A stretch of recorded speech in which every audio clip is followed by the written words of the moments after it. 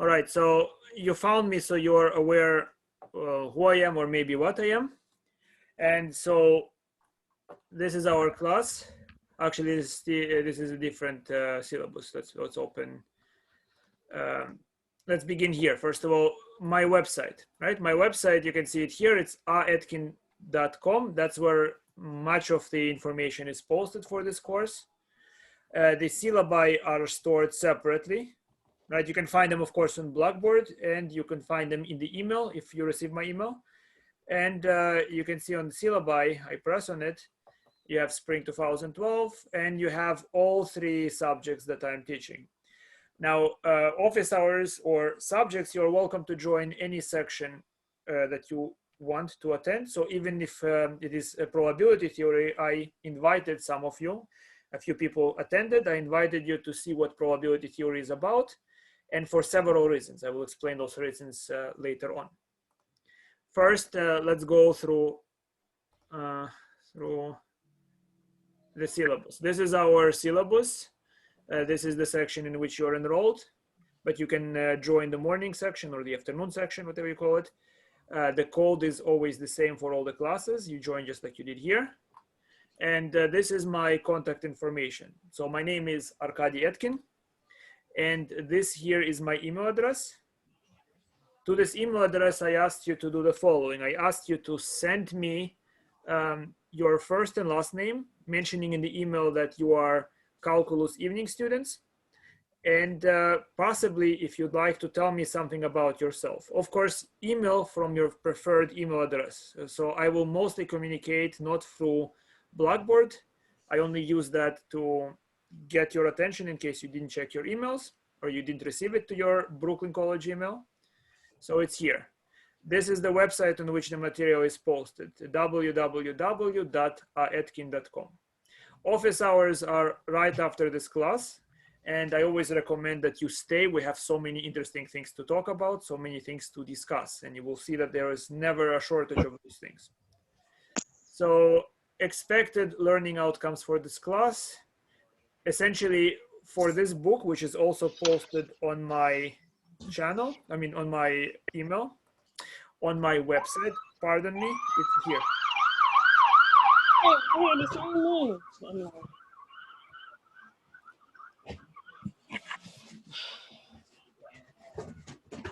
So you will find that the calculus material is posted.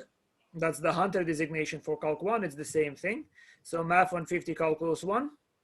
You will see the material for this course. You will see prior exams, and you will see lecture notes. And where you say Advanced Calculus textbook, you can see Calculus 1, the middle textbook is the one I recommend. I mean, the one the school recommends, the one that was used definitely before the lockdown, before the Corona thing has begun. In the bottom book, the appendices, Appendix A through E, is a good review of the material. In other words, of the pre-calculus material, if you don't remember something and want to brush up. Okay, we'll return to that in a moment. Again, back to the syllabus. Okay. Is your food ready?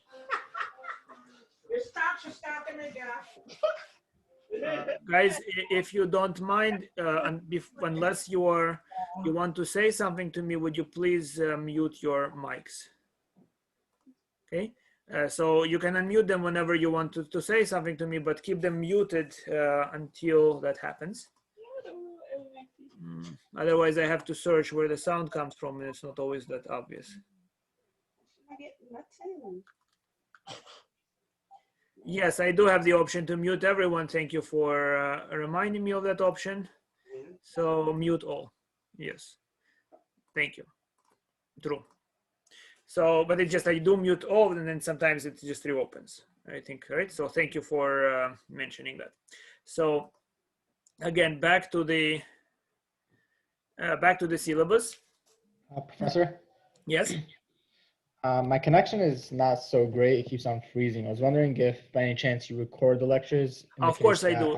First of all, the lectures from previous semesters are already posted. The morning lecture is posted, and this one is being recorded.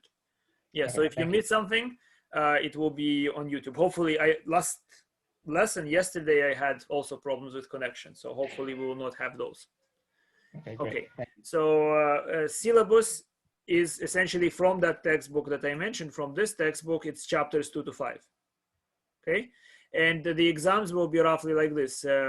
First 2 chapters, 30%. Next 2 chapters, 30%. And the final exam is cumulative. Good? So that's the grade.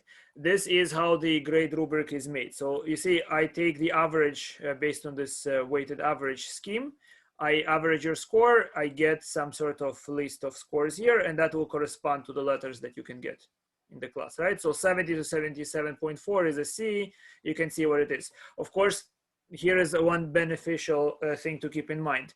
If I know you, if I see you, if I see that you're a person that tries to understand the material, works hard in this class, you have certainly some advantage. One advantage is, of course, purely that I know you. If it's I see that your grade is almost a B-, I might bump it up because I know that you actually do something here in this class, right? You're not just copying something. So one, why I don't assign those? Maybe in Brooklyn College rubric there is, but usually those are the grades you will be assigned. I try to avoid assigning you D because apparently if you get F, apparently, I mean, maybe I'm wrong and it's outdated information, but if you get F, you retake the class and that the score will not be reflected in your transcript. You understand? The F will remain in the transcript, but not the GPA. It will be modified with a new score, but a D might stay. So I try to avoid giving you Ds as much as I can, but essentially we have this rubric. Good? So that's just the rubric for the class. Very important. Uniform final exams, guys. Do you see the syllabus? Do you see My Open Math? My Open Math is going to be the program in which you will get your uniform final exam.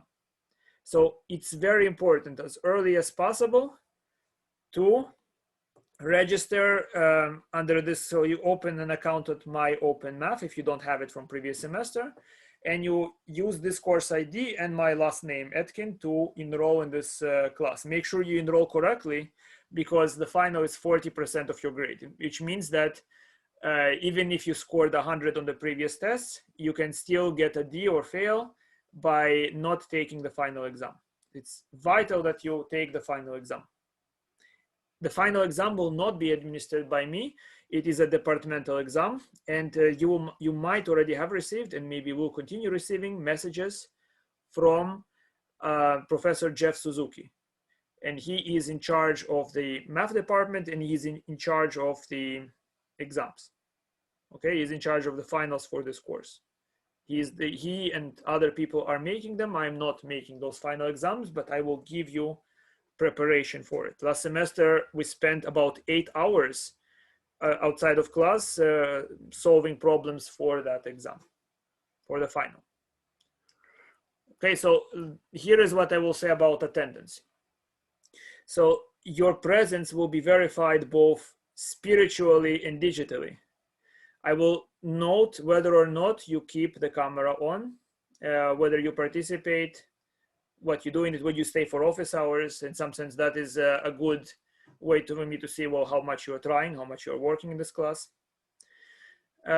Because for the discussion, that's the main thing. You see, in class, I will have only little time to let you think. Right? I will give you some time, but it will be not sufficient frequently. So in office hours, you have as much time as you want to think or to ask your specific questions. Now, why am I, last semester and semesters before, I mean, I did not encourage attendance as much as I am going to try to do now. And one reason is, of course, that some students, and I found a lot of them, decided that that they could cheat on my exams by posting the exams online. The worst mistakes you can make is to post any question from the final online. And some people did not listen to that and they did it and they were caught. And some of them, of course, wrote, I am innocent, but they are very silly. You know that you leave a digital signature and the department has a way to get that digital signature and get you. Besides, I can just plainly by knowing what you are or who you are, to be nicer, I can figure out whether you understand the material or not. Okay, so my exams, I will see how much I will spend time curbing. Your 2 initial exams will be take home. You will have a lot of time to do those exams, but do them on your own. If you share even a single question on the internet, or otherwise I figure out that you copied it, then you will fail that exam. I will not take further actions. You will fail that exam. You lose 30%. 1 question, you will lose 30%. On the final, if you do that, you will fail the class no matter what. Okay, 1 question, 1 tiny bit, any sort of hint that you posted a question online, you fail. But worse, the department will find you. You see, I will not report you to the department, but if the department finds you first, it's gonna be academic dishonesty. And that happened to 6 people, and I caught another 4. And in probability, I caught even more because, well, you know, it's such a subject where your signature is so unique. It's so easy to figure out whether a person understands something or not. It's much more unique than calculus, your ways of thinking. It's like you read Dostoevsky, or you know, so you right away recognize it's Dostoevsky. It's that unique in probability. Okay, so there are many ways of doing that. I might not bother catching you for the first 2 exams, or maybe I will. We'll see about it, right? But your goal is for sure to prepare for the final, and for sure, you see, if you have, that's the better thing to do. If you have questions on first or second exam, you're having trouble, I will help you. I will show you how to solve similar questions. We will solve them together, but do not post them online, and do not lie to me. I do not like that. Okay, if I feel you're lying or manipulating me, it gets me rather offended, since I actually spend a lot of time and try very hard to teach you this course. Regarding cheating, by the way, you see, if you just cheated, you know, what you are doing, I mean, if you cheat, you don't know the material, I suppose, would have been your problem. I would have closed my eyes, except for the fact that I have to assign grades, and sometimes the idea that I will assign a bad grade to somebody who actually did something, who actually tried, over somebody who completely just spat in my eyes, it's very offensive to me. You see that, just personally. So for you, I understand the student. I understand the student's desperation. I understand all sorts of things. I mean, but what you would do if you, but me as an instructor, I have to enforce that. I have to enforce that you are honest, and I have to enforce that the grade I assign to people is, I suppose, the grade they deserve. Okay. You have more of an overview for this material, and you know, if you want to read, you can see what you can do. For example, if you ask recommendations, many people ask me to write them recommendations. What I will do to decrease the number of requests is this: if you want a recommendation from me, you be a good student, and I will never write a bad recommendation, right? So you have to be a good student, and you prove that by knowing the material, and you can prove it even more by doing material that is beyond this class. I have students that stayed with me for many years. I have students that stopped going to school and yet came to my classes. I have students that took only Calc 1 and then went with me to just without being officially in the class, so studied you know, advanced subjects like analysis or probability theory, and understood some things there. So I have a lot to say about those people. I know them personally. And you know, I hope you will decide to become such students. Of course, that's up to you. Okay, I had a question. My apologies.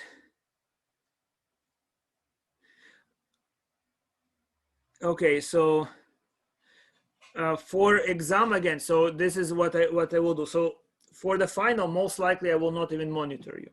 It's meaningless, right? The people that thought that because I don't monitor them, they will not be caught, they were caught. I cannot guarantee everyone is caught for sure, but notice if you do very well, if your score on first or second exam is well, is let's say bigger than 70, you are right away a possible candidate for what they call interrogations. You know how Russians decide, oh, I can do it in German if you prefer, right? Hinsetzen, Hände unter den Schäkel, flache nach unten.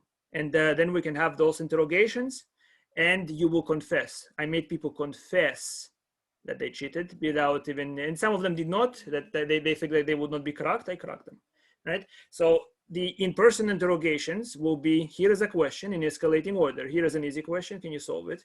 Second question, can you solve it? Third question, can you solve it?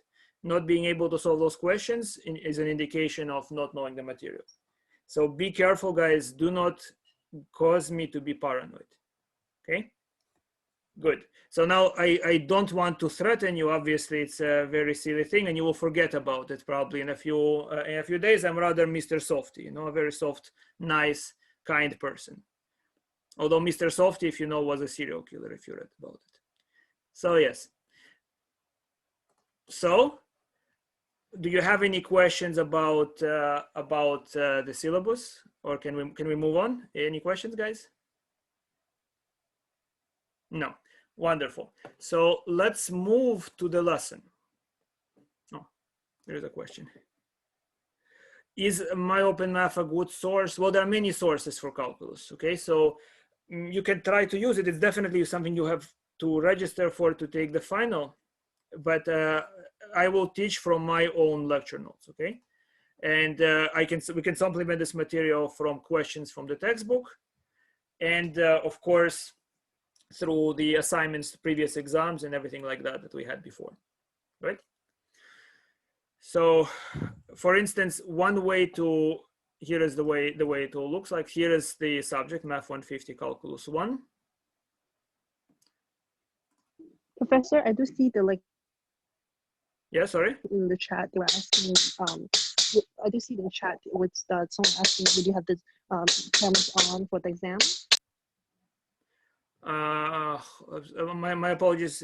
I have not understood what you said. Could you by any chance type? I said, like, are we going to have a cameras on for the exam? No. I mean, for the first two exams, they're going to be take home. You will have a lot of time to do them. It's not going to be in class exam, and the cameras will not be on.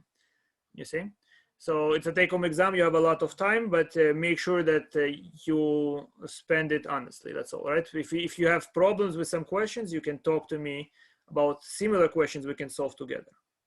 Okay, but do not pose those questions. Do not share them. Do not work in groups. If I find anything, and by the way, guys, know that you see you might get away with first exam, second exam, final will be monitored very, very severely, digitally monitored. So I will not. How is the final monitored though? By camera, or how does it go? No, I mean, so I monitor those exams. We will see when we go to the final. I will not monitor any of it. You'll be left to your own devices. But if you are caught copying or posting those questions, right, then that might result in failure. If you do it on the final, and even one question is posted on the final, and that happened last semester, that results in failure for the full course. So one question copied and posted online, failure for the course. If you do that for my two exams, you will just fail that one exam that you copied from. But so don't do it, okay? And especially don't do it on the final. Okay, I cannot emphasize that enough. Good. So we will see when the tests are administered. Probably they will be at your test time. So evening students will take it in the evening, morning students will take it in the morning. The two exams in class, the midterms will be take home. So you don't have to worry about time and monitoring. But again, guys, make sure that you are beyond suspicion. You understand what I'm saying? The easiest way for me to know whether you did something or not is simply to talk to you. Right? Which if I, let's say, see here's a person, I know nothing about this person, the person never came to class, gets hundreds. I right away think, okay, maybe, but maybe not. Let me talk to that fellow. And if that fellow seems to not be a 100 points type of fellow, then I monitor that person more severely, right?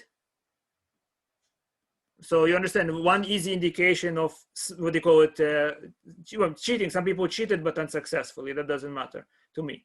If they cheat successfully, then I pay attention to it.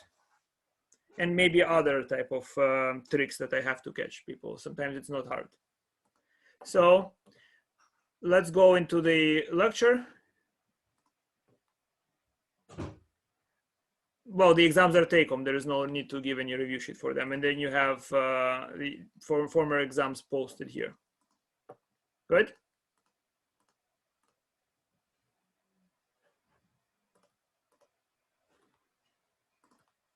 Okay. Don't worry about grades. That's the last thing. Worry about knowing the information. And again, guys, it truly would be very nice. It makes the class always so much more fun when I see your faces and when I see you participate and when I see you speak. And it was very good in the evening class, not as good in the morning class last semester. So my homework, I don't collect homework. Again, look at the syllabus, guys, right? I will not collect homework at all. I will only those 2 exams. And there are, of course, there are some hand-in assignments, but that is from previous semesters, a long time ago. You are welcome to try them if you want to, as we get there, okay? I will tell you what to do and what not to do. Most importantly, again, how do you practice for this course? Why should you stay for office hours? One reason is naturally you need to spend 4 hours for every 2 hours. That's the very minimum. I would have advised more. And if you have gaps in your knowledge, definitely fill those gaps as fast as possible. You need to practice, practice, practice. So you have Advanced Calculus textbook. Do you see this? You have Howard Anton. In this lower book, you have an appendix, Appendix A through E, reviews all of calculus, all of pre-calculus, I'm sorry, everything you need to know, okay? The middle book is the textbook which we are using, at least, well, used to be using. I'm reading from my notes. There you find lots of exercises, okay? And those exercises, if you solve odd questions have solution at the back of the book. So that's how you study. You solve the questions at the back of the book, and if you get them every time you solve it, it's correct, then you are, you know, you're pretty good at the material. Of course, if you want some particular question, if you want to show me how you're solving it, we do that in office hours. We work together on those questions. Okay, you say, I'm having problem with this particular question. We do it together. Good. Yes, the website has that textbook. And required is, it's not, it's, I said required. I have my lecture notes. You will see how I teach. So this is just a supplement for you to get exercises. You understand? Just for exercises. So those are just practice questions. Again, guys, very simple. 2 exams, 30% each, 1 final. You have 3 score parameters that directly affect your grade. Everything else is, let's say, is informal. Everything else is informal. So you study in this class, you put a lot of effort, you stay after class. I can see you are a good chap. I will help you any way I can, right? If it's like, let's say, slightly less than a B minus or a B plus, I might increase your grade. I mean, I think, okay, you deserved it. I have people like that, right? If I don't know you, if you don't participate, you're not interested in the subject, then you're a stranger. Right? What do I know? What can I say about it? I'm hoping, I never know, basically I'm hoping that you will decide to not be a stranger. So where are we there? Let's go to calculus lecture notes. Yes, there is one more question, I think.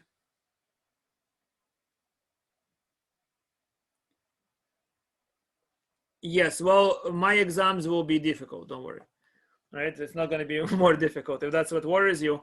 And but of course, you know, you join probability theory, you will see what sort of great thing mathematics is, and I will give you a flavor today.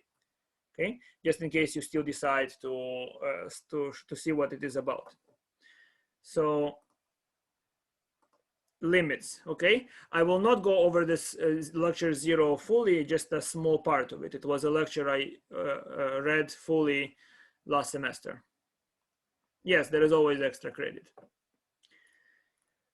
So guys, if you received my email, I mentioned perhaps watching 12 Angry Men. Okay, that was actually something I did with my students last semester. And this semester I will not go into as much detail, but I will give you a sort of flavor. So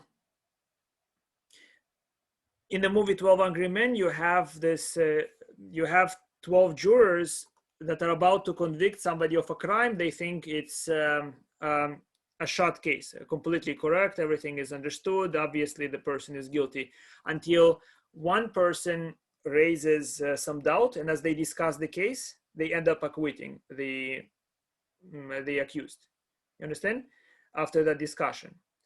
And you see, mathematics is a little bit like that one lonely juror. Yes, mathematics is a little bit like that lonely juror, is that a lot of you are convinced of something, a lot of you believe and not know, right? So you believe instead of knowing, or you confuse belief and knowledge. So this lecture is titled actually, why do we need to study and understand proofs? Okay, you might forget it. That's why I'm not going to read the full lecture. You might forget it as we move on, and as the material gets hard, people tend to ask me several questions. 2 questions that I hear all the time. First question, is it on the exam? And I truly despise that question, because that means, well, if it's not on the exam, you don't want to study it, or that it means that you are doing the minimum possible to just get by, which means you don't understand this material, you don't care about it. And of course, the other question is it useful in real life? Okay, and this is a small attempt, I mean, to describe, if you decide to look through this lecture, what mathematics is about and what you can do if you comprehend it. Yes, everything, Jane Lee, everything about open math, it's always optional. You don't have to do it if you want to do it. Only my assignments and the final, of course. The final is the one thing on my open math that you must do. Okay, good. Relax, guys. It's forget about the grading. You'll be okay. Oh, goodwill. That's all I'm asking for you. It's a very vague concept, but goodwill. Right? Show me that you care. Show me that you're trying. Show me that it matters to you. And disciplinary actions are completely silly. I'm not a policeman. I don't like telling you, I don't like checking you for whether you cheat or not. My entire interest is to explain the material. Everything else I just hate. So here is one thing that I want to ask you guys before we continue discussing this philosophy, just a flavoring of probability in case some of you decide to join that class. So I did it already in probability class, and I'm just repeating it here. You are invited to a household known to have 2 children. You have never seen these children and have no prior knowledge about this family. As you park your car, you notice that one child is playing in the yard and that she is a girl. What is the probability that both children are girls? So let me know what you think. I want to see your responses to this one question. 50-50. 50%. 50%. So thank you for speaking. 50%. It's amazing that you speak. And if you could also write how convinced you are of this fact. How convinced are you of that fact? 50%. 50% convinced or 50%? 50% the answer and 50% convinced. Yeah. Yes. Okay. Cool. I mean, but you don't really know. It's just you believe to whoever told you that this household has 2 children. Yes. Well, see, so it's a mathematical question. That means that that in this the way the question is asked. Let me explain. Right? Words can be, of course, confusing. You can doubt the evidence. Here, the question is very simple. We can assume that a child is either a boy or a girl, right? It's not a sociological question, either a boy or a girl, and each child is equally likely to be one or the other. The family has exactly 2 children. All of it is correct, right? But now you observed that a child belonging to this family, I didn't write it here, but belonging to this family is a girl. What's the probability both children are girls? So somebody says 66, 50%. Okay, interesting. 1/2. There was an interesting Christina. Interesting. Let's see. Where's Christina? I'm here. Yes, I'm just trying to see if you're visible or not. It's a lot of people here, but yes. Okay, that's an interesting question. Okay, interesting reply. Jeffrey says 1/3. Interesting. Okay, so we have 1/4. Okay, so and now how convinced? Somebody says 75%. About 70, I would say 75%, because Okay, we know that one of them is definitely a girl, and then there's a 50-50 chance for the second one if it's a girl or a boy. Okay. So add another 25% to that. That makes it 75. No. I mean, yes or no, I don't know, right? But we will discuss that in a moment. How many of you have been to my class yesterday, by the way? Maybe somebody has been there. Christina, have you been there? No? Okay, interesting, very interesting. Okay, so as it happens, let me tell you the answer and not delay it. As it happens, the answer to this question is 1/3. So Christina, Phils, you were absolutely correct. Everybody who said 50% or anything else were not correct. Now, let me explain to you what happened here and what do you do. So probability theory, that's what I mentioned in my email, right? So there was this physicist, Hans-Peter Dürr. He was dealing with quantum physics, and he exposed of a theory where matter is not something, is basically matter does not exist. What truly exists is probability wave. And why would somebody have such ideas? Perhaps for a very simple reason. You see, so when you think probabilistically, you do not tell apart any object within a universe. You are counting universes. That's what you do. So what objects, like you imagine that there are two objects here, many of you, right? So you imagine there are two girls that we're trying to ascertain, but that's like looking at a face and seeing two eyes. You see, you're seeing one eye and another eye, but really they're just part of one same face, one same feature, one same universe. So the way you think of it is this: one of the children is a girl. It could be the oldest child or the youngest child. So you have those universes.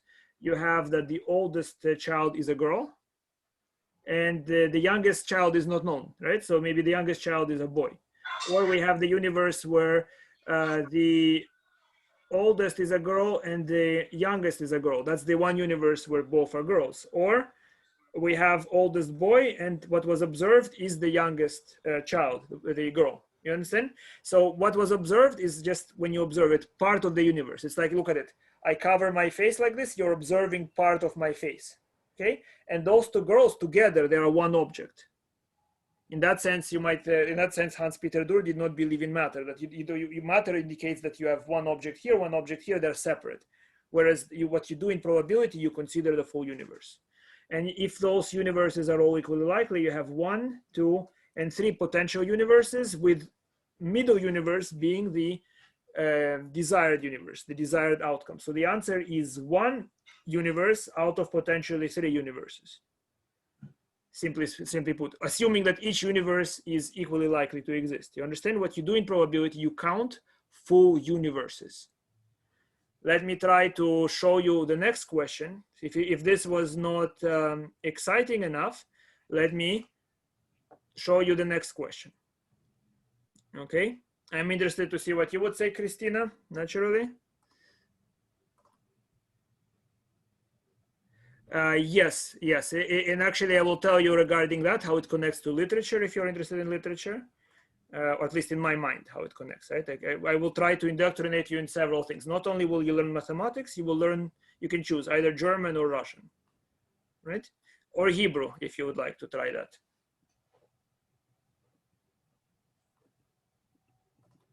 Okay.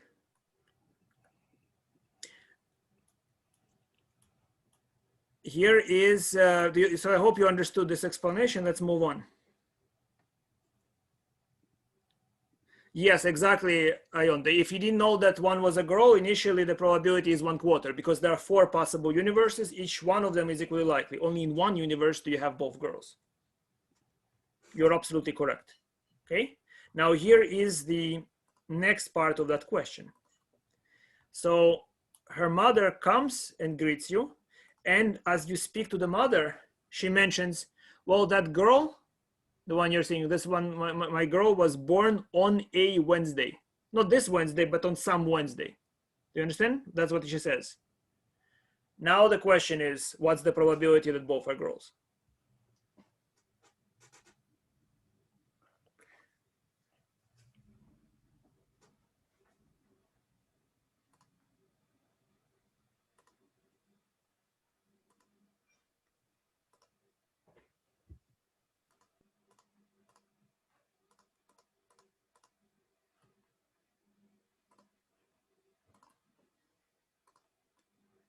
Okay. And if you have a chance, so some people say still 1/3, somebody says 1/14, 1/7. So people have interesting. Christina, go ahead, Christina, please talk. Or right? I still think it's 1/3 because I don't see how the date could affect like the probability of. I see. You're saying that being born on a Wednesday should not affect whether your child is girl or boy. And I'm not playing tricks. Yeah. I'm not claiming, so maybe it's not a turtle. That I'm not claiming there is some. If somebody, by the way, studies biology, I might ask you some biological questions. Maybe you will know the answer to them. It's so easy to obtain unknown questions for biology. Amazing questions. But here we don't assume. We're just dealing mathematically. We're assuming that a child is equally likely to be born on any day of the week. You can take that as an assumption. And equally likely to be born a girl or a boy, okay? If it's not true about children, you can model it with coins. Maybe it's a coin is equally likely to be thrown on Monday, Wednesday, Tuesday, on any day, and equally likely to land heads or tails. You understand? So it's a model of something. No, she is saying that this child that is being observed, the girl on the playing in the yard, is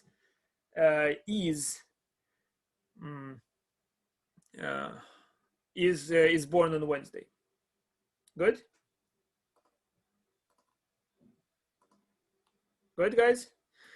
So I see a lot of answers. They range from being the same. It's a bit, it's 1/3. A lot of people say 1/3, some say 1/2. One person says 1/28. Safa, why would you say 1/28? Yes, well, we're not, Janie, you see, the wording, you can kind of find a lot of fault or a lot of tricks in the wording. Assume this, assume that I'm not tricking you with the words, that we're speaking about, the mother is speaking about her own child. All of it is correct. So a lot of you say 1/3. And some of you say 1/28. Of course, one person said 1/128, makes me wonder why. So somebody said 1/28, why is that? So people say still would be the same, no? 1/3. Okay. Now, I believe that you're saying it's, okay. So Safa, interesting what you're saying. Okay. So here is, let me show you what the answer is. The answer is, now the answer is 13/27. You don't believe me, right? Why? Exactly, I will explain why. Right? But you will understand how to think like that if you attend my probability theory course. And it's still not too late. You can watch that missed lecture and talk about combinatorics. You can still join on Wednesday if you want. So why is it 13/27? Again, your mistake here is you assume that Wednesday has nothing to do with the girl, right? Wednesday, the day, has nothing to do with the girl's gender, yes?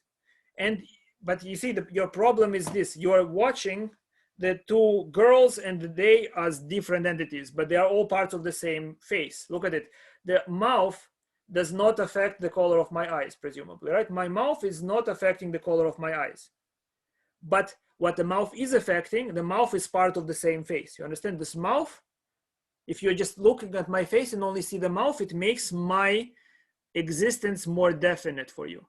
Like before you met me in person, what have you imagined? Maybe you have imagined something like this, right? A monster, right? But now that you see my face, you think, my God, he's not a monster at all. He's such a pleasant, wonderful individual, yes? And why did that happen? Because you see that my potential has become actual, right? The potential, what my face could have been, the color of my eyes, the hair, everything has become actual. So the fact that Wednesday does not affect the girls, that's true. I mean, it's not a cause and effect, but it determines the universe more precisely. You understand? It makes the universe more definite. And I will show you below how that is supposed to work, okay? Here is the situation. So now that I mentioned the day of birth, I can consider my universe to be oldest child. The possible universe is oldest child, the day on which the child was born, youngest child, the day the child was born, okay? So the fact that I am observing a girl that was born on a Wednesday means that I know half of that universe. Well, some kind of, not exactly half of it. I either am observing the oldest girl that was born on a Wednesday. Are you following me, guys? oldest girl that was born on a Wednesday and know nothing about the youngest child, or I am observing the youngest girl that was born on a Wednesday. In other words, you see, in some sense, I'm either observing half of the face, girl Wednesday, or the other half of the face, the other girl Wednesday, okay? So they are not affecting one another. It's not cause and effect, but they are each determining the universe in which I exist more precisely. And how many such universes can I calculate? So some people there in the comments were answering it. Not the numbers were not correct, but their idea was not pretty impressive. So some people had good ideas there. So here is what's happening. Look at it. How many such universes exist in which the oldest is a girl born on Wednesday? So the youngest can be boy or girl, 2 possibilities. And the day could be any of the 7 days. So there are 14 universes where the oldest girl is born on Wednesday. You agree? 14 universes where the girl was born on Wednesday, the oldest girl. Equally, there are 14 universes in which the youngest girl was born on Wednesday. Now, those 2 universes they overlap in the event where both youngest and oldest girl were born on Wednesday. So what you do is the number of possible universes is now 2 times 14 minus 1, or 27 possible universes, 27 possibilities. Y minus 1? Exactly because of this. Look at it. Y can equal to a girl and S can equal to Wednesday, right? So, and then here X can equal to girl and T equal to Wednesday. Do you see that? So if I count this segment, those are universes that where the oldest child is a girl born on Wednesday, and these are the universes in which the youngest observed the youngest child observed was born on Wednesday. So I either observed oldest child or youngest child. So I'm either in this type of universe collection or this type of universe collection. Yes, you with me? Yes. And do you see that there is overlap? I mean, I counted one universe twice, and the universe I counted twice is girl Wednesday, girl Wednesday. That's okay. So you're subtracting that you counted. Yes. Okay. Do you see why I subtract now? So I just count all the universes. I need to know how many of them. It would be 28, where it's not for the fact that I counted one universe twice. So I subtract 1 to count correctly, so I don't overcount. Okay. So that 27 possible universes I might be located in. I'm located in one of the 27 possible universes. And then how many of those universes have the outcome that both are girls? That would be either universe in which oldest is a girl born on Wednesday and the youngest is a girl born on any day. I'm not sure which day. 7 possibilities here. Or I observed the oldest girl and the youngest girl born on Wednesday, and the oldest is a girl, but I don't know what day. Right, so there are again 2 times 7 minus 1, because again girl Wednesday is an overlap. So there are 13 possibilities. There are 13 universes divided by 27. So in other words, that means that out of 27 possible universes, 13 of those universes correspond to the outcome where both are girls. Good. So I hope you enjoyed this type of question, that it was fascinating, and the way you learn to do probability. It helps to know a little bit German for that, I suppose, right? And why? Because Germans are very neat people, very efficient at bureaucracy. And someone known as called Kafka, maybe you have read him. Kafka was, he was actually a Jewish person living in Prague who wrote in German, right? And he wrote a book called The Castle. And the problem is you cannot get to the castle. Just like here, it's very difficult to obtain probability. Rihan, 2 times 7 is 14, but we subtract 1. The 2 times 7, why is that? Why do we do that? 2 times 7 is the observation of either this sequence of universes or the second sequence of universes. So again, here you see this question. Look at it. When we are trying to calculate the outcomes where we have 2 girls, so either I observe the oldest girl born on Wednesday and the youngest is a girl and I don't know the day on which the girl was born, or it's the reverse. I observe the youngest girl that was born on a Wednesday. So we look at those situations. So there are 7 possibilities here for the youngest girl to be born in, and 7 possibilities in this type of universes. So it's 2 times 7 altogether, minus 1 because we counted one universe twice, namely girl Wednesday, girl Wednesday. Yes, 7 days in a week precisely. That's where the 7 comes from. Okay. If you're interested to talk about this question more, that's more so in probability theory, which calculus employs. I mean, actually, probability theory employs calculus. Okay. So you will use calculus eventually, but the initial lectures, many of the initial lectures are just combinatorial analysis. The possibility that the boy was born, that we can answer those questions, Alpha, right? Let's delay that until the class is over. We can talk back about probability if that's interesting to you. So my point is here, well, it's the twofold point. One thing is that look at it, most of you, maybe all of you, you are not particularly invested in this question, right? You did not care what is the probability. It's not affecting your life. You don't care the answer to be one way or another. And yet you made a mistake. Right? Now imagine how bad are the mistakes that you make when you do care, when you have a conviction, when you believe that something is true, and you confuse that belief with knowledge that something is true. Let me ask you this small question. Do you believe in science?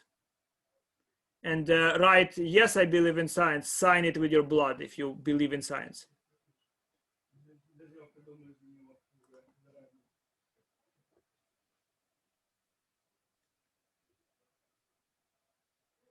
You know, I pass by when I walk at night. I'm a night prowler. When I walk in the night, I usually pass by people's houses, and some of them have signs that say, we believe in science. Yes? Well, you know what I think when I see those signs? I think, my gosh, those people have no idea what science is.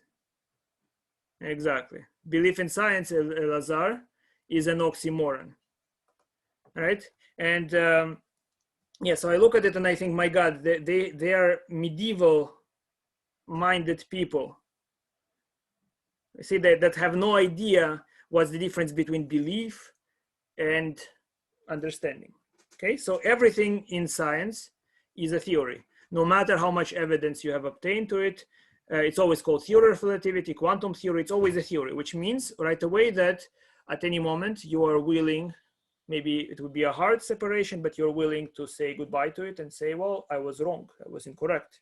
It's not a dogmatic belief. It's not religious.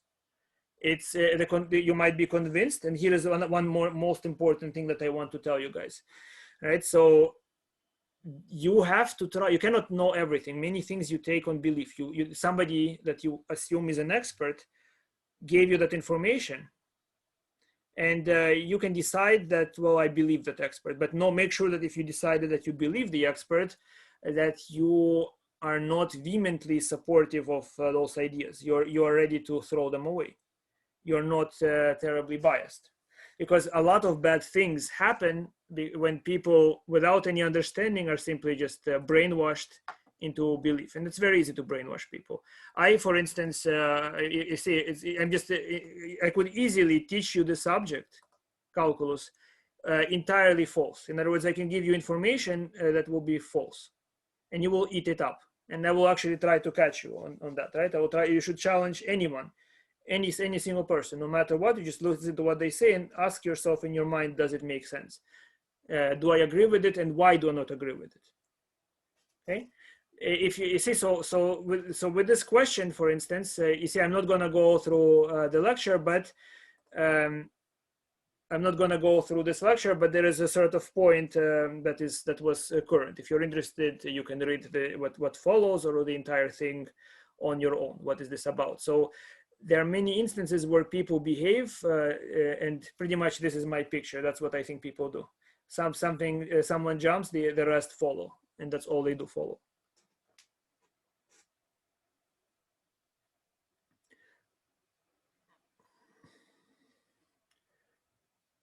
Maybe, right? So I cannot speak about, but again, there are big theories, but there are much more, many more things that are much closer to Earth regarding how you behave, what you do.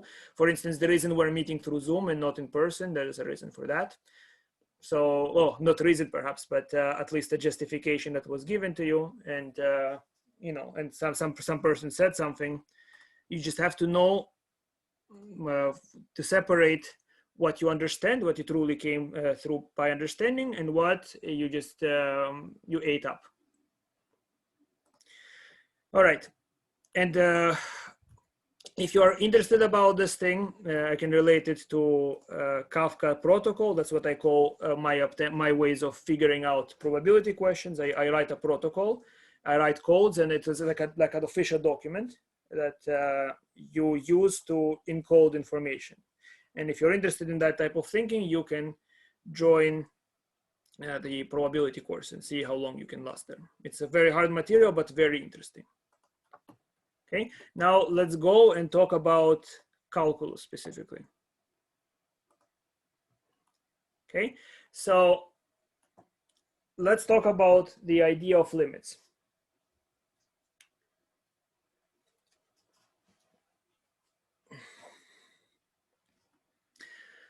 So since prehistoric days, when people were still living in caves, it was, well, there were many numbers that were already comprehensible, right? Have you seen bones marked with 1, 2, 3, marked with notches, where people were counting something on those bones, right? So counting was invented a long time ago, but a number such as 0 came to be accepted or somewhat understood much later, and still in some sense not understood very well.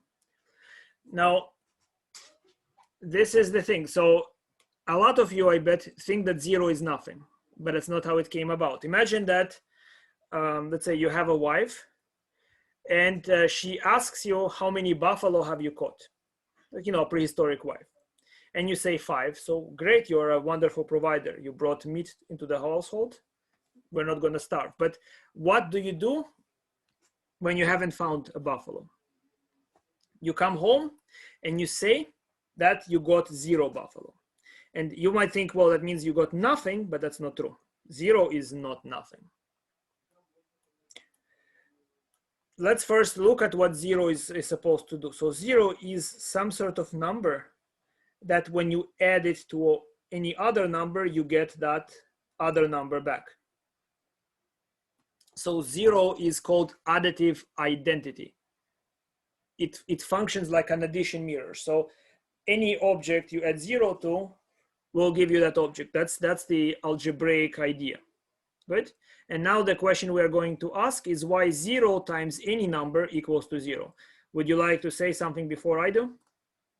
Why 0 multiplied by anything else is 0?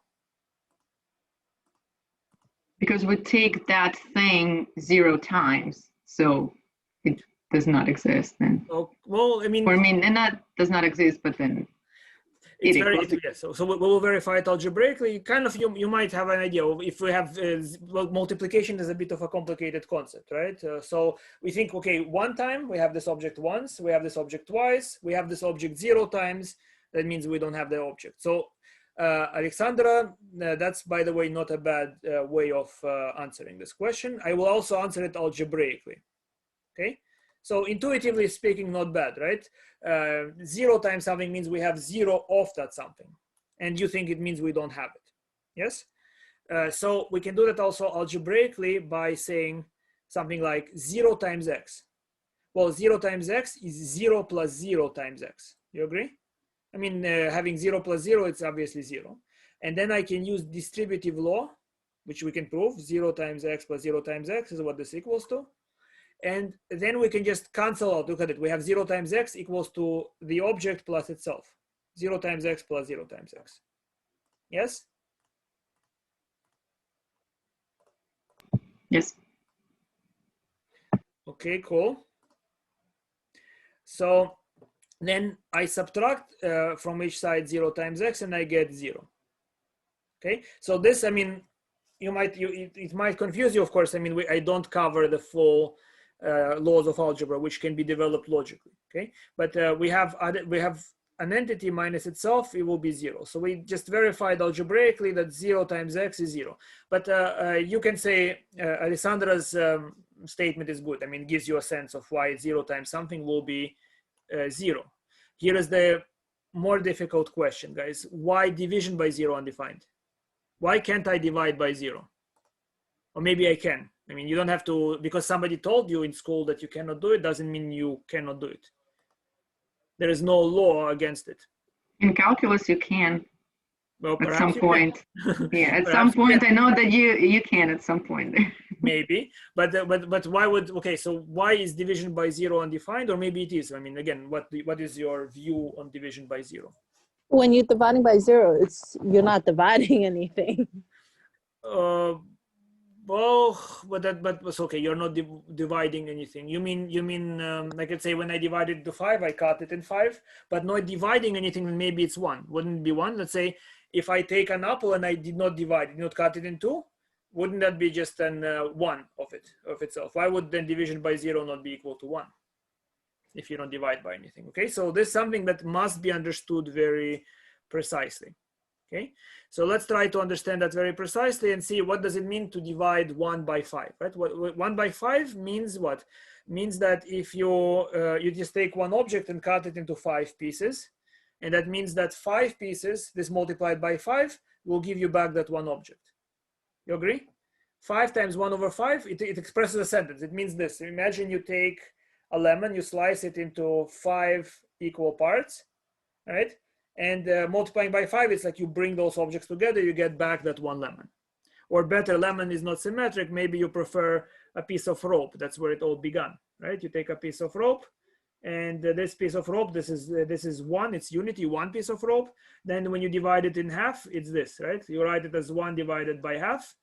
And 2 times those pieces, in other words, if you take this piece and you take that piece together, they make up for one object. Yes? Now, why would division by 0 not work this way? It's very important to understand. So let's try 1 divided by 0. 1 divided by 0, if it were to make sense, it would be a number. Do you agree? Look at it. 5 times 1 over 5 is 1. So any number, right? If I have, let's say, 1 over 7, I multiply by 7, it should be 1, right? So the thing is with 1 over 0, if it were defined, in that sense, if it were defined, then it should be that 0 times 1 over 0 would be equal to 1. You see? We have something times 1 over something should equal to 1. But 0 times 1 over something is equal to 0 times a number. If this were a number, 0 times a number is 0. That's what we hopefully kind of have a sense for. You see? So what the problem is that if you define it like that, then 0 times 1 over 0 will equal to, well, it has to equal to 0 on one hand. On the other hand, if this is to be defined, it's to be equal to 1. But 1 and 0 are not the same.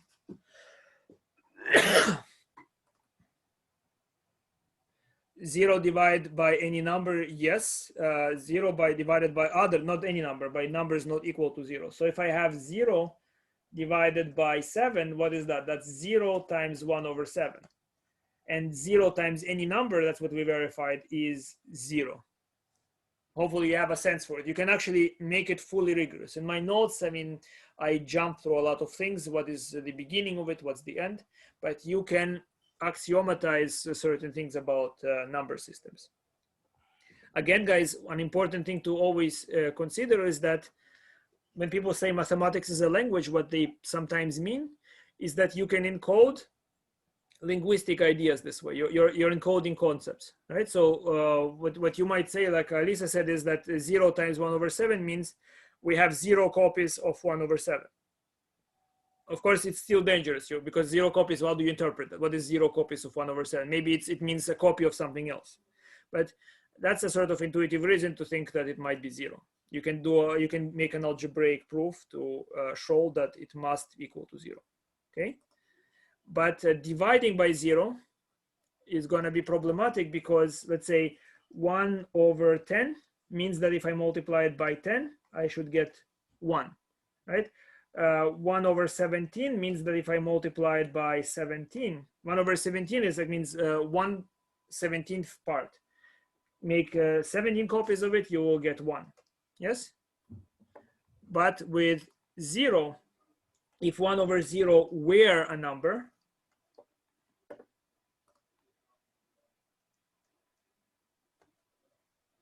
well, so we'll talk about, Sophia will talk about slopes and other things. We will get there, right? I just have to, some people have some awareness of calculus, others do not. We will talk about such things later, okay? So 1 over 0 is not defined in the sense that if it would be defined, then when I multiply it by 0, I should have been getting 1. But 0 times any number is supposedly 0. So 0 equals 1 is not possible. That's a contradiction, conflict. Okay.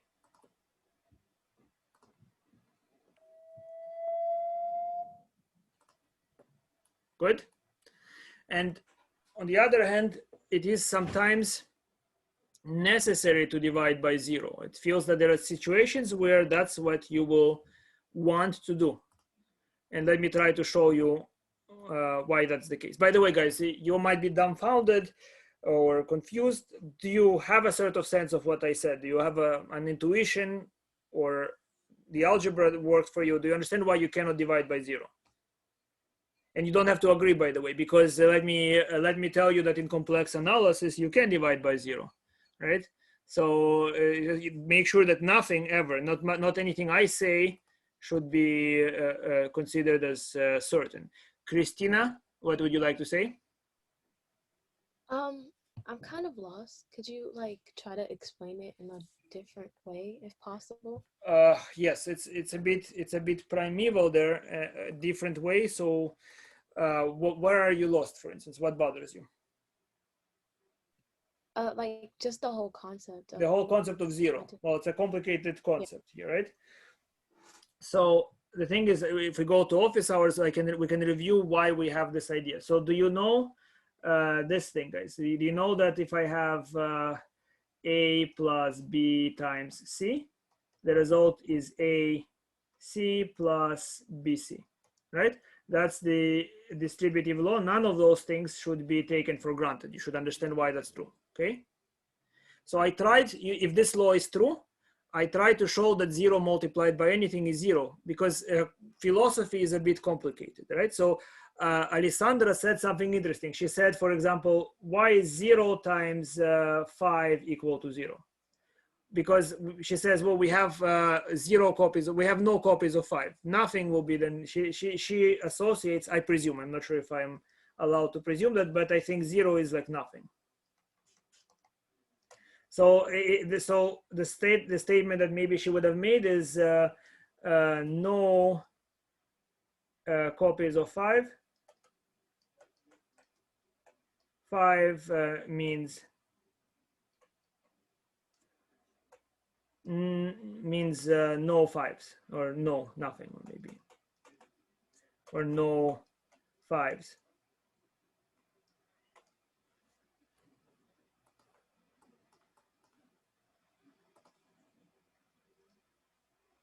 Okay, no 5s. There is a problem with this approach. Only one problem is, of course, nothing is very confusing to people, right? It's what you struggle to imagine what it will be. If you know poetry, and I do encourage you to know poetry, Tsvetaeva, for instance, she said, there will be a moment when I will cease to be, and all will freeze that sung and struggled, that shined and tore, right? The idea of trying to comprehend what is nothing is very, very complicated. How do you perceive what is nothing, right? 0 times 5, you're saying no 5 equals to nothing, or maybe it just means there are no 5s. Maybe there will be 7s, right? Why no 5s would not be, maybe I have no 5s. I have no change, no change for 5, but maybe I have, I don't know, maybe I have a $20 bill. If it's like no 5 bills equals nothing, maybe I have 20 bills. There is a problem with intuitive explanation sometimes. Yes, maybe you understand it, I hope, right? So then you try to explain what something is without necessarily understanding it by feeling and having a qualia appreciation of it, right? So 0 is defined by definition. It means something that you add to any other expression, and you get that other expression. Okay, it's still kind of philosophical, it might seem, right? But because you might wonder, do I have such a thing? Do I have this object? But 0 is defined to be as additive identity. It's called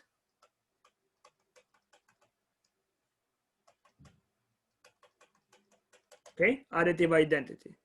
Good. Additive identity means that it does not change the identity of the thing that you add to it. So 0 plus x is 0.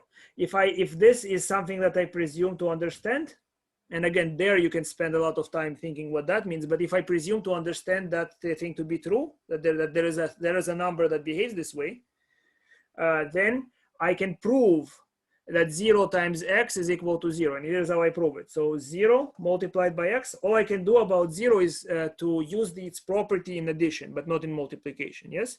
So what do I do here? So 0 times x, well, 0 equals to 0 plus 0, because you see, 0 plus anything is that anything. So this is the 0, and this is that anything I can use here, right? This is that x. It can be this thing, right? This, let's not call it x. Maybe I'll use a different symbol here so that we don't confuse with x here. So maybe this would be y, and this is y. So this would then be y. Yeah. So in other words, we have this 0 plus y is y. Okay, and in this case, y is assigned the value 0. Times x. You see what I did basically, guys. Again, I'm hoping I'm not complicating with the symbols. 0 times x, I'm saying it's equal to 0 plus 0 times x, because 0 is basically added to anything else, and it will be anything else. So if you add 0 to 0, you will get 0. Yes, Christina? Okay. This is, well, axiomatically speaking. And then if the distributive law is true, I can distribute it. And I get 0 times x plus 0 times x. You see what I did? I had one copy of 0 times x. Now I have one and second copy. I'm sorry, guys, again, with such concepts, you might think very obviously 0 times x is 0. Yet if you think about it, maybe it would become less obvious. Good. Now, you have cancellation, you see. So if you kind of justify other properties of algebra, you can say subtract one copy here, subtract one copy here, you get 0 equals to what remains. So that's a sort of, if you justify distributive law and justify a bunch of other things, explain how they work and what they are, you will see that 0 times x is 0. And so you know that to be true based at least on this interpretation. Now, once I know that, yes, Jamar, would you want to say something? Yes, I have a question. So how come like a number raised to 0 equals 1? We will talk about it. So you see, good that you raised those questions. We will talk about what all of those mean, guys. Nothing like this. So Jamal is asking, let's say, why is 5 to the power of 0 equal to 1? I actually will go even over that when that becomes necessary. But if you want to hear the explanation today, you stay after class. We can discuss a little bit about that after class, okay? You remember it. If you want it after class, I'll discuss it now, but it will also be part of our lecture on exponential functions once we get there. So somewhere later in the course, I will talk about exponential functions, and that will be explained. Okay, guys, so we basically observed, what I want from you is to have a sense of why dividing by 0 is dangerous, why to say it's completely cannot be defined. There is the mathematics, there is nothing like this. There are no rules, you understand? So in what I study, and I can show you what it looks like if you're interested, right? I'm writing this paper. Let me show you what this paper, I'm not going to show you the full paper, but attracting cycle. This is an object. You see this object here? So imagine that this inner point is 0, and somewhere else you do not see it. Infinity is forever out in the blue region. So this region, this point is mapped to infinity by taking 1 over. 0 becomes infinity. Okay. So in complex analysis, there is an interpretation of division by 0. And I can tell you roughly what it is about. It's a sort of hell. I mean, that's my nightmare. Right? It's a sort of hell. It's what keeps me at night. There's a lot of scary things about this curve, about those things, and I can tell you later on what it is if you're interested. Once we know more calculus, I can tell you what it is. Not exactly. Will not. This is just whatever. But It is dealing with infinites. 0 is very close to infinity. 0 over 0 is, again, for our subject, for our class, it's undefined. Okay, it's undefined for our class. What do you mean by it's very close to infinity? Is it like when you look at the world, for instance, and one side of the world? The word, close to you that. can hold the universe in a sphere. So I Yeah. can explain to you what it is. If you're interested, I can talk a little bit about that after class. But my point, guys, that nothing, right? You see, don't be dogmatic about anything. You cannot define. You cannot do something. Everything about mathematics is very clever. It's like somebody is laughing at you, you know, and you have that very funny feeling that I remember looking. You know, I lived in Jerusalem for a while, and it was very bright. I can try to show you. There are some videos how Jerusalem looks like a little bit, right? It comes to me very often in my dreams. So it's very bright. The stones are shimmering. The limestones are shimmering, and there is a gap between the stones that is very dark. And the feeling is that this color was layered so very lightly over a pitch black landscapes, and darkness smiles through this very thin layer of paint, right? And you have a sort of very interesting eerie feeling there. That reminds me a little bit of the mathematics that we will be doing. So where was I? Yeah, so never take any statement to be absolute, okay? But in what sense is division by 0 not defined? In the sense that if I understand division like this, let's say what is 1 over 5, right? 1 over 5, what does it mean, guys? Would anybody wish to tell me what's 1 over 5?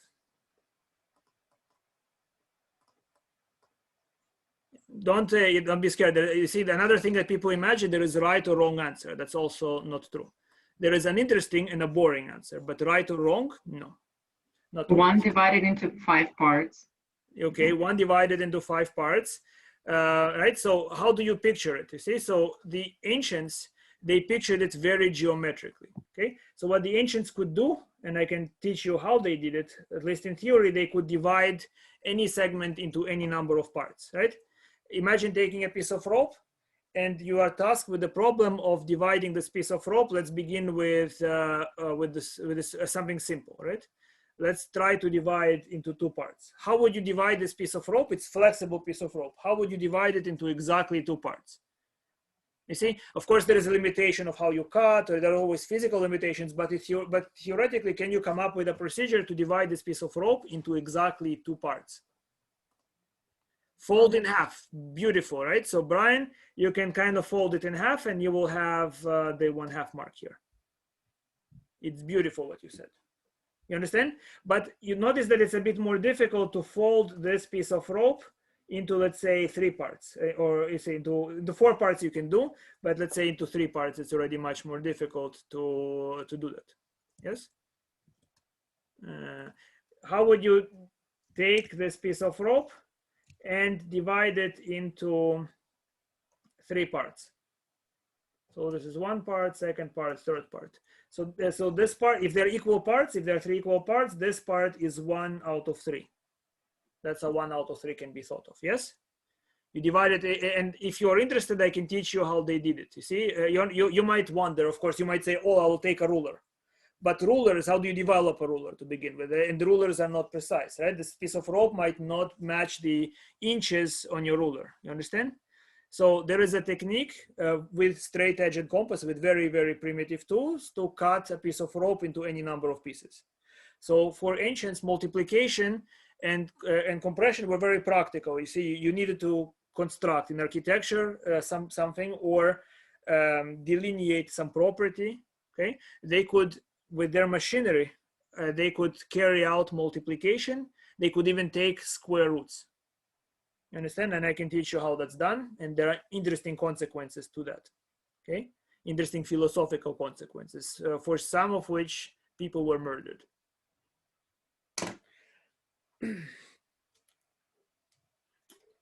So this, again, I cannot deviate too much from the current class, but when I teach analysis, basically calculus, we are learning it without truly understanding the real number line. Analysis is where you do investigation of this material, of the subject, to the extent that you learn what are numbers. You see, you have to understand what are numbers, why you work with them, and what can they do, even before you do calculus. Here we kind of begin doing calculus, rather oblivious to what numbers are.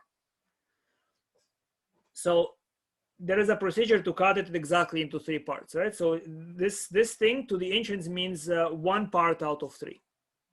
Good. And so if it's 1 part out of 3, what is multiplication? When I have 1/3 multiplied by 3, that means I take 1/3 plus 1/3 plus 1/3. I get back that whole rope, that thing that I began with. Okay. And you can verify that's to be true with all numbers, that they could conceivably construct. Okay. So if I have 13 times 1/13, I mean, they had a procedure that will cut the piece of rope into exactly 13 parts, equal parts. You understand? For any fraction, they could do it. So they understood fractions a long, long time ago.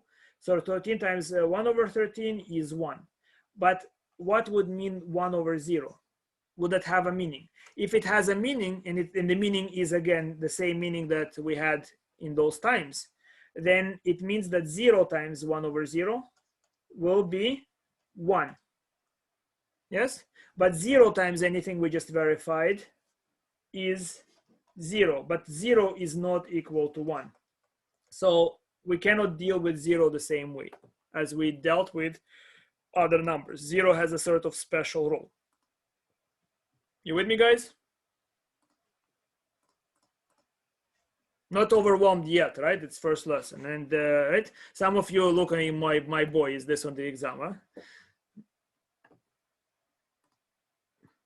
Okay.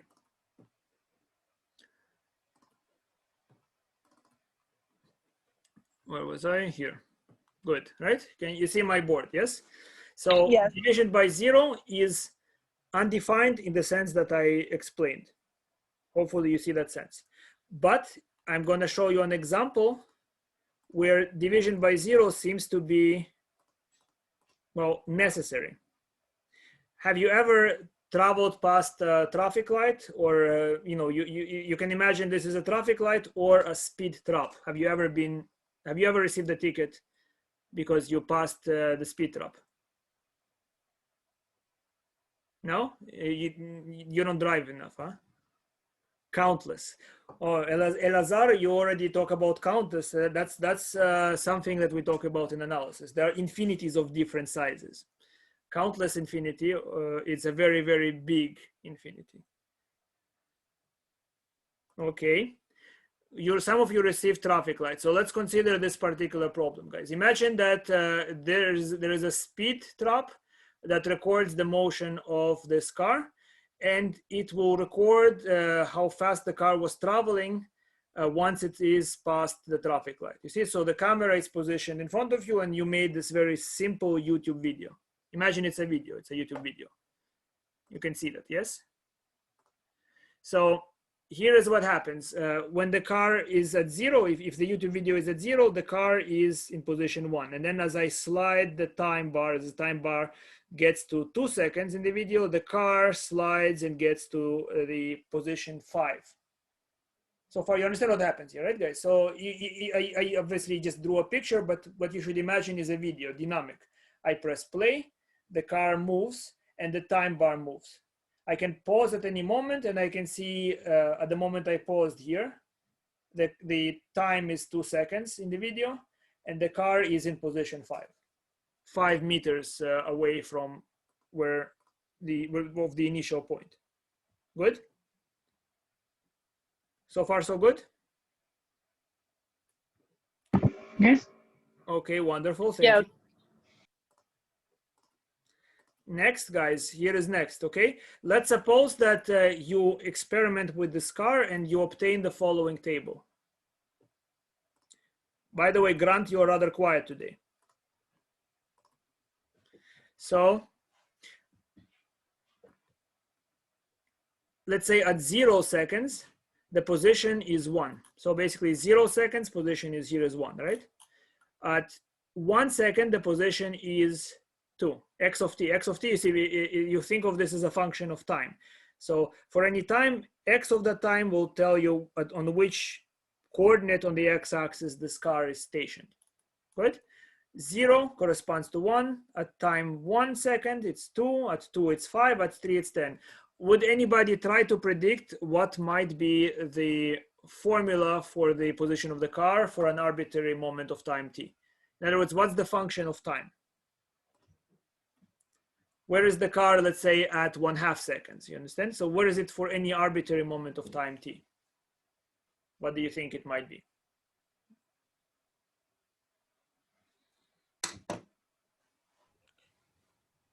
T times t plus 1.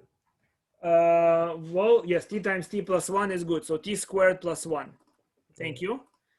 So, so careful when you say exponential, Sophia. They have different meaning, perhaps, than what you have in mind. So we think x of t will be t squared plus 1. It's just a guess. You understand? This data set is not sufficient, obviously, to ensure what unique function we might have, but definitely it matches on all those numbers, right? You can see 0 squared plus 1 is 1, 1 squared plus 1 is 2, 2 squared plus 1 is 5, 3 squared plus 1 is 10, right? So clearly this is a good match. Yes, that's how that's the position of this car at any moment. So for example, 1/2 second in the video, the car will be at 1/2 squared plus 1. Its position will be 1/4 plus 1, which is the same as 1.25, if you prefer to write it like this, right? At 1.25 meters away from the starting point. Good? Yeah. Now, I want to ask you a few questions, okay, about this function. So first question is rather broad. What is velocity?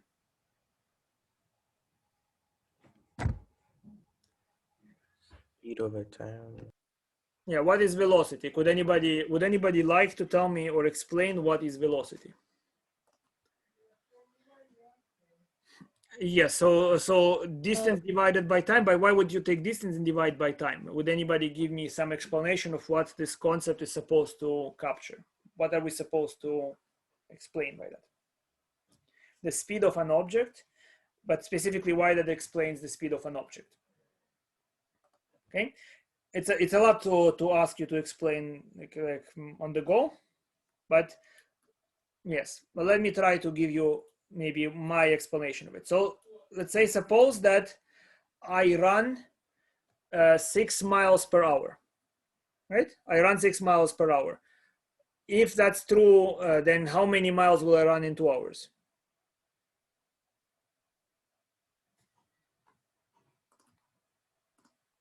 $12. How many miles will I run in half an hour? 3. Yeah, 3, right? In half an hour, I will write 3. You see? So what's the idea of velocity that you just described? Let me explain why you take distance over time, okay? So if an object is moving, and it's called average velocity, but better word for you to remember is constant.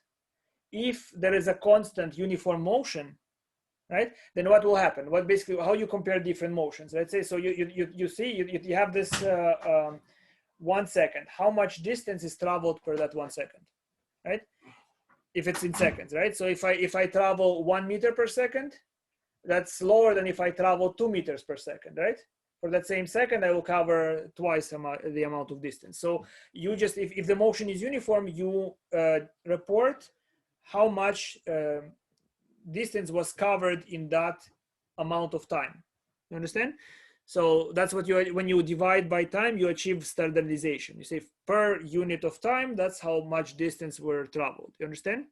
So when you say 6 miles per hour, what you are saying is that if you give 1 hour for me to run, I will cover 6 miles, right? If you give me 2 hours to run, I will give you 12 miles, if I can possibly do that, of course, right? So you understand? So when we talk about velocity, when you say distance divided by time, you are inevitably talking about constant velocity. Are you with me? Constant. That's the first motion that's easy for us to understand. Constant motion. Okay, and there isn't a divide by time, so that there is no confusion, because I could cover 12 miles or, you know, or 20 or 17 or whatever amount of miles I can cover if you give me variable times, right? But when you take ratios, then double the time, you double the distance. Half the time, you half the distance. You understand? So the ratio keeps to be the same. You understand? The ratio then is a good measure of how fast something is happening. Guys, it has to be, it's a very intuitive idea, but has to be crystal clear because we talk about velocities, about instantaneous velocities all the time in calculus. So before I talk about instantaneous velocity, do you understand what is average velocity or velocity of a uniformly, constantly moving object, right? Uniform motion, constant uniform motion.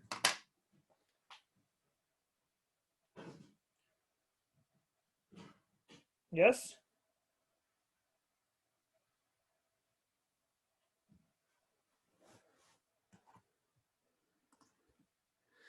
You understand, guys? You see, the ratio should give you not just a, you see, it's not just a fraction, it should give you a story. That's what I would like you to understand, is that many questions in mathematics can be solved if you understand what story the expression is talking about. You understand? What is somebody truly talking about? That's always something you try to get to understand. If you get that, you can answer this question. Okay, so I will show you, if you have later on, I can show you examples of what I mean. So, so constant velocity is clear. The problem, so then for this, let's say, then we begin to ask this question, guys. So this car, you see, I want to know how fast it was moving. I already have a formula for it. The formula for it is xt equal to t squared plus 1. I want to know how fast it's moving when it passes the traffic light. So at 2 seconds, the car is passing the traffic light. Let me ask you another question. So I pause this video, right? I pause this video at 2 seconds, the car is passing the traffic light. At the moment I pause the video, does the car have velocity? No. Is the car moving? So Celine says the car is not moving. How many of you agree with Celian? Only on the video or like in life? In life, it would have inertia. Well, I mean, I'm asking a very vague question. That's true, Alice, right? Alexandra, right? Alexandra. Alexandra? Yes, Alexandra. No, Of course. no, because velocity is for that specific time. So at that point in time, it wouldn't be moving. Let me be sure. I'm asking obviously a vague question. You say I pause this video. I'm asking something like this. I pause this video. Is the car moving? It's very vague, right? So in some sense, not. Obviously on the screen, it's stationary. I pause the video. The car is not moving on the screen. But I'm still asking, is the car moving? Because if you say it's not moving, then you have a good argument against tickets, right? So you say when a speed trap sends you a photograph of your car, and you get a ticket for speeding, you say, oh, but what are you talking about? Look at the picture, the car is not moving, right? So in some sense, so that's a very good argument, right? If you can just say that, oh, in calculus, we concluded that the picture was taken, the car was not moving. Now, is the car moving or not? And how would you know that? What's a simple way? How many of you drive cars, by the way? I do. Well, good, that's good. Now, what in this photograph it reveals that the car is moving. But you look at the photograph and in the video, and you see the car is moving when it's paused. When I press pause, what in the video reveals, or should reveal that the car is moving? What do you search for? A blurry picture. That's amazing. But the problem is, if the camera is very good, there will not be a blurry picture. If the camera is a very high speed camera, maybe you see no blur. Right? Maybe you always see something, right? But there is basically, I'm looking at something simple. How do you know that you're traveling at a particular speed? Well, people don't stop in the middle of a traffic light. Like you wouldn't stop in the middle of the street. So, but the car now is frozen. I press pause. What about this car will reveal that the car is in motion, or what will reveal its velocity, to be precise, that it's moving? It's still moving because there's still seconds in there. By the way, anybody, if you hear helpless screams, you might wonder about another question. How many cats do I have? Do you want to see one of them? No, later then. Okay, but you have to decide now, because either I let it go or I show it to you, right? Decide quickly. You hear the screams? Yeah, show it to us, please. Okay, I'll show you quickly. You gotta show it. Yes, well, he is like some of my students, tries to live but cannot. Yes, you see? Suffering, just like you. All right, I let him go. Let's continue with velocity. No. No hitting the door. Although the other day he was so terrified of me, as if I was giving him an exam. He jumped so far high up that he hit himself on a metal bar. It was like I never seen a cat jump so high. Right, anyhow, so yes, the background you're saying, but if the camera is very good, then you would not see any blur. If the camera is capable of recording, let's say, a missile projectile, probably you will not see any blur, you understand?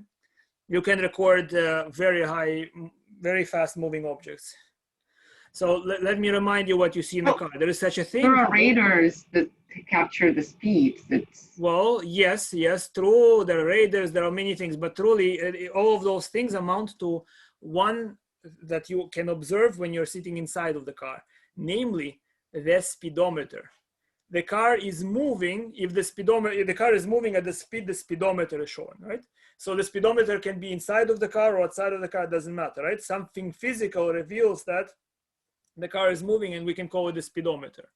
The instantaneous velocity is the velocity, the speed that the speedometer is displaying at 2 seconds in the video. So if I were to press pause at 2, and if I had a photograph of the insides of the dashboard, then I will see where the arrow of the speedometer is pointing, and that's how I will determine the speed of my car. Clear? So the problem is the camera is on the outside. So how do I determine the speed? Well, we can try calculating the average velocity, right? We have the full motion of the car. I can pause and play the car at 2 different moments of time, right? I can see, let's say, how long does it take the car to travel from 0 to 2, right? So 0 is the start point, 2 is the end point. That's an interval of time. And in that interval of time, the car has traveled 5 units. Oh, sorry, not 5, 5 minus 1, the car is supposedly here. So it would travel 4 units of distance. Do you agree? So I can initially make this calculation. Yes, that's funny. Wait for the ticket to come. It's funny, yeah. So this is what we can try to do, guys, right? We can measure the distance the car has traveled from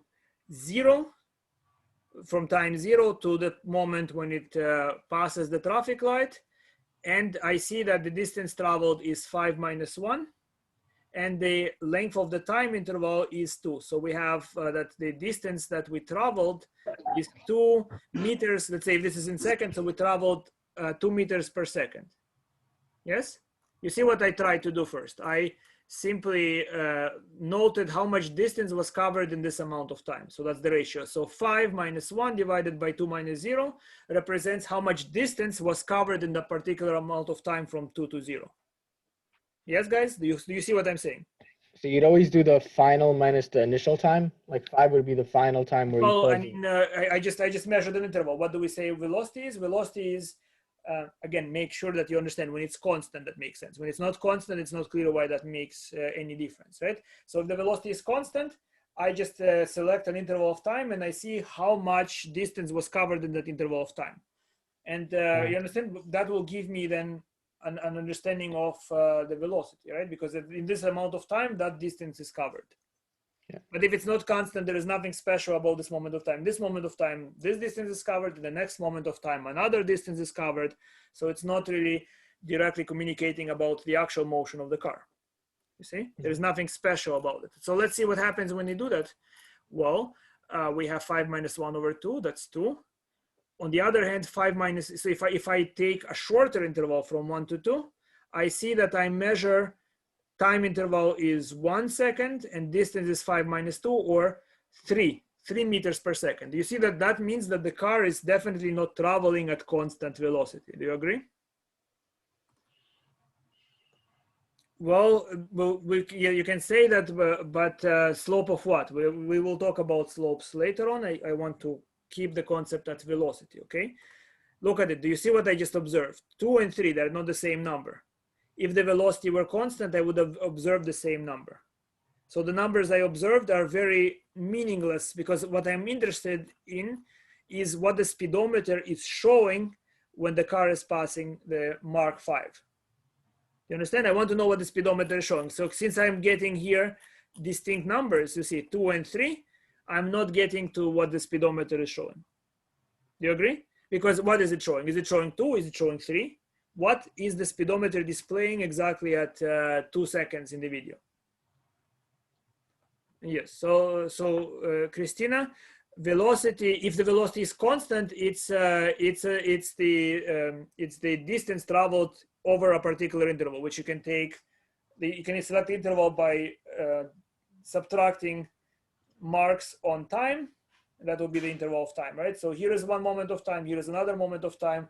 This moment of time minus this moment of time gives you the length of the interval, the time interval. Good. That's not what the speedometer is showing. Guys, you're with me? I'm not sure what we can assume, right? Do you understand, guys? I'm trying to see, do you understand the concept of velocity here, right? It's not constant velocity, and those numbers are not giving me the speedometer. So what do? Well, here is another idea. Do you see that if you allow any amount of time to elapse, you allow opportunity for change, right? So let's say with everything. So I'm getting older with each second, right? And especially I'm getting older. If you wait 20 years, I will look visibly older than I look now in 20 years, right? So 20 years is a long time in which a lot of change could take place. But you don't see a difference between every second, right? Let's say 1 second elapsed and I look to you more or less the same. You don't notice a difference, right? So a lot of time will allow a lot of change. Very little time will allow very little change, which we can use here in the following way.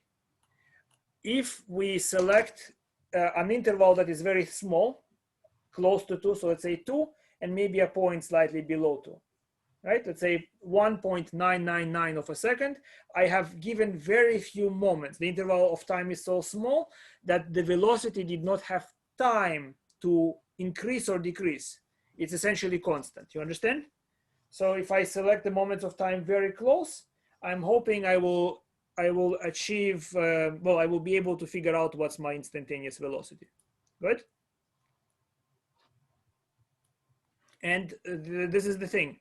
So my initial attempt might be as follows, right? I might try to do this. I say, well, if I don't allow any time to elapse, if I take the marks on the time interval to be 2 and 2, then there was no time elapsed and therefore no change.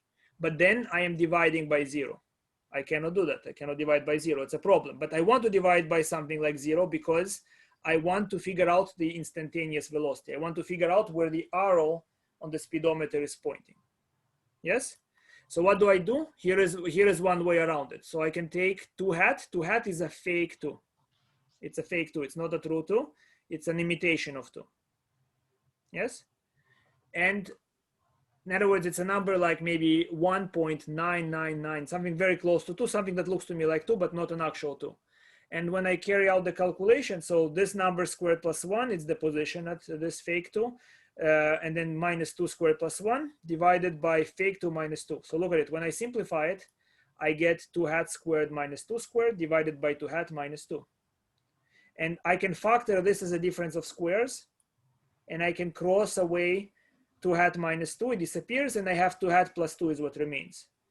And 2 hat is close to 2. So it's like 2 plus 2, it's 4. So my prediction is that the velocity, the instantaneous velocity, is 4 meters per second. If the measurement of time is in seconds and the measurement on the x-axis is in meters, it will be 4 meters per second. The car is traveling at 4 meters per second. Yes? That's how we calculate. Do you understand what made it instantaneous velocity? Instantaneous velocity is what the speedometer pointing at the moment. I can take a photograph of the dashboard at 2 seconds, and if I could see the speedometer is pointing, that's instantaneous velocity. If there is no speedometer, something else in nature acts like a speedometer. It's all equivalent, right? The radar that Alexander suggested acts like a speedometer. It doesn't matter, right? It's that arrow. And by looking at the video, I can, knowing position, I can verify what that arrow was pointing at. You understand? And I can calculate out of position purely, I can calculate what the velocity had to be, and I can figure it out. Just amazing. All right, so this is what we're going to do since the lesson has come to an end. So yeah, we'll release you in a moment, unless you of course want to stay with me in office hours. Another thing that I will want to do with you is, as a relaxation, in office hours, we will play a game, a Russian game called What, When, Where. Yes, I know you know this, right? So I have a lot of people that don't speak Russian that started liking this game, and some people in my class have asked for it before. So I decided, let me try to explain to you what it is and teach you how to play it a little bit, okay? We will do possibly one question before we talk about other important stuff. Today, maybe we will do two, just as an introduction to the subject, okay? So I have a German friend, and so I translated to her to German, and I have Americans that like to listen to it, right? So that I have at least 2 people that became obsessed about it. So maybe some of you will as well.